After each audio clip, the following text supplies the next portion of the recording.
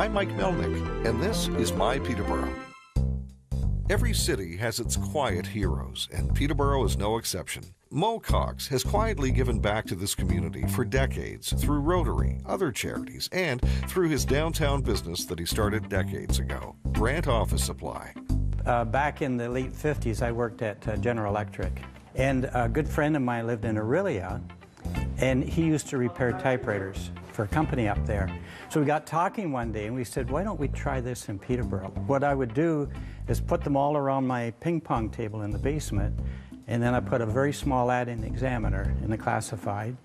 And the first year that we did that, we sold 150 typewriters. Wow. Mo's kids, Jeff, David, and Sue, now run the business. They actually all went out and received a good education.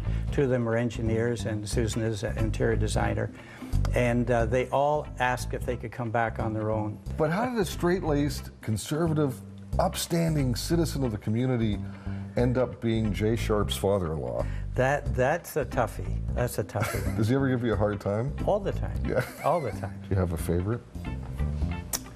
I don't know. Could I whisper it to you? Sure. Yeah. Actually, it's Jay Sharp. Interesting. Mo Cox has done a lot of work with the Rotary Club, both locally and internationally. What I enjoy now about Rotary mainly is traveling to other countries and doing projects. And I just came back from one in Honduras, actually, just 3 weeks ago. We were doing a project down there at an orphanage, putting in new water piping all throughout the site. A few years ago, Mo and his wife, Helen, decided to leave part of their estate to Rotary. We certainly believe in Rotary, and it's not a huge amount.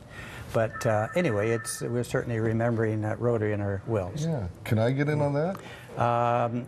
Yes, the only problem is you'd have to move to El Salvador or Honduras. But I think you're one of the more underappreciated business people and community people in Peterborough. I've always felt that way. Yeah. I really have. That's and true. humble, too. And I'm very humble, that's right. So now that the kids are running Brant Basics, what does Mo do? Do you believe in magic in a young girl's heart? How the music can free her whenever it starts, and it's magic. If the music is groovy and makes you feel happy like an old-time movie, I'll tell you about the magic and it'll free your soul, but it's like trying to tell a stranger about a rock. Even quiet heroes sometimes get the crappy jobs. Dad, aren't you going to work on my toilet?